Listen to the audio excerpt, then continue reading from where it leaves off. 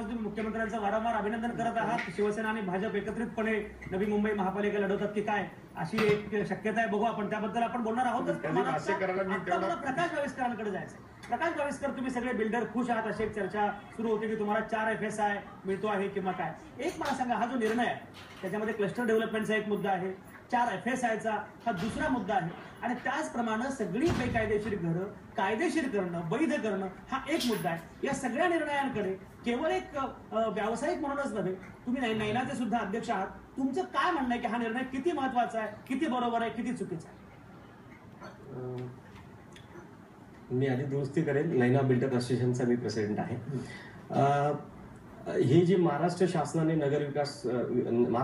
नगरविकास विभागाने 4 मार्च 2014ला हे नोटिफिकेशन काढलं होतं, आणि त्या नोटिफिकेशन पूर्वी NMMC मध्ये त्यांचा ठराव क्रमांक 1267 क्रमांकाने 11 मे 2012 रोजी त्यांनी हा DC रूल मध्ये सुधारणा करण्याकरता एक प्रस्ताव तयार केलेला होता.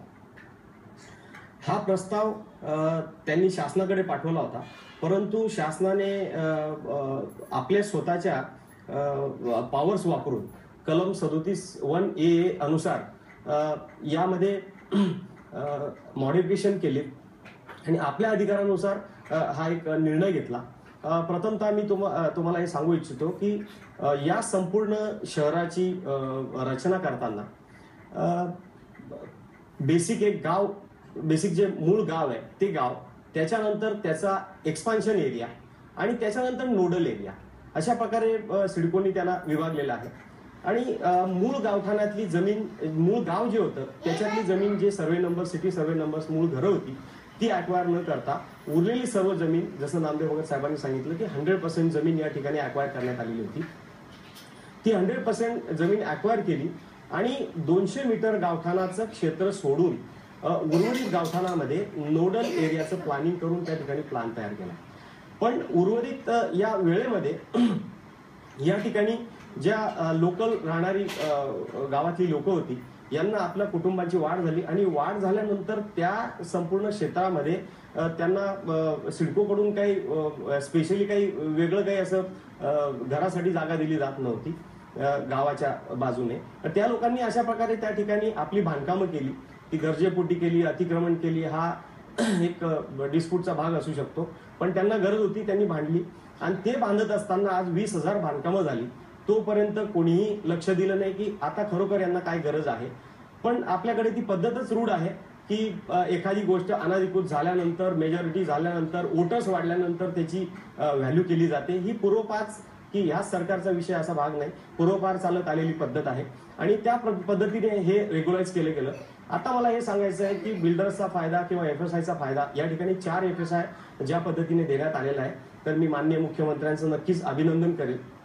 यासाठी करेल की ही जी वेगवेगळ्या पद्धतीने या ठिकाणी घरांची रचना नैसर्गिकरित्या झालेली होती, ज्या ठिकाणी जाण्यासाठी रस्ता नाही आहे, ज्या ठिकाणी एखादी अग्निशमन दलाची गाडी जाऊ शकत नाही, 2 इमारतींमधलं अंतर मेंटेन नाहीये, आणि या अशा ठिकाणी या वस्त्या होत्या.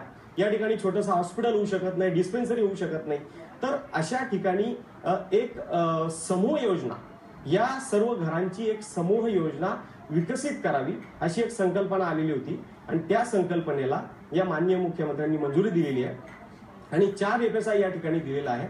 या ठिकाणी बिल्डरचा रोल फार कमी राहतो, कारण जसं मुंबईमध्ये जुन्या इमारतींचा विकास करण्यासाठी डिस्प्यूट्स क्रिएट होत जाणार आहेत, तशाच प्रकारे माझ्या मते या ठिकाणी अजून काही सुधारणा वेळोवेळी करावी लागतील. कारण या ठिकाणी एक 4000 स्क्वेअर मीटरचा मिनिमम भूखंड या ठिकाणी असणे आवश्यक आहे. 4000 मीटरच्या भूखंडामध्ये जवळपास 4 FSIने 500 पेक्षा जास्त, 500 ते 600 पेक्षा जास्त 1 BHK या ठिकाणी कंझ्युम होऊ शकतील.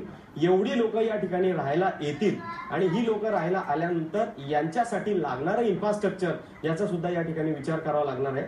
आणि आमच्यासारख्या बिल्डरला जर या ठिकाणी विकासासाठी जमीन घ्यायची असेल तर सुरुवातीला सर्व राजकीय लोकांशी संबंध वाढावे लागतील.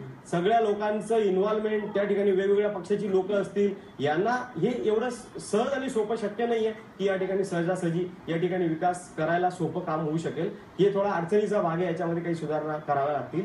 4 FSI जो देण्यात आलेला आहे त्यातल्या काही पार्टमध्ये ऑलरेडी एवढ्या इमारती झालेल्या आहेत की 4 काय 5 पण FSI कंझ्युम झालेला आहे. तर याचा सुद्धा साकल्याने विचार बरोबर बरोबर. प्रकाश बाळेसकर तुमचा मुद्दा पोहोचला. बाळाराम पाटील आत्ता आपल्यासोबत आहेत, शेतकरी कामगार पक्षाचे नेते बाळाराम पाटील. बाळाराम पाटील आत्ता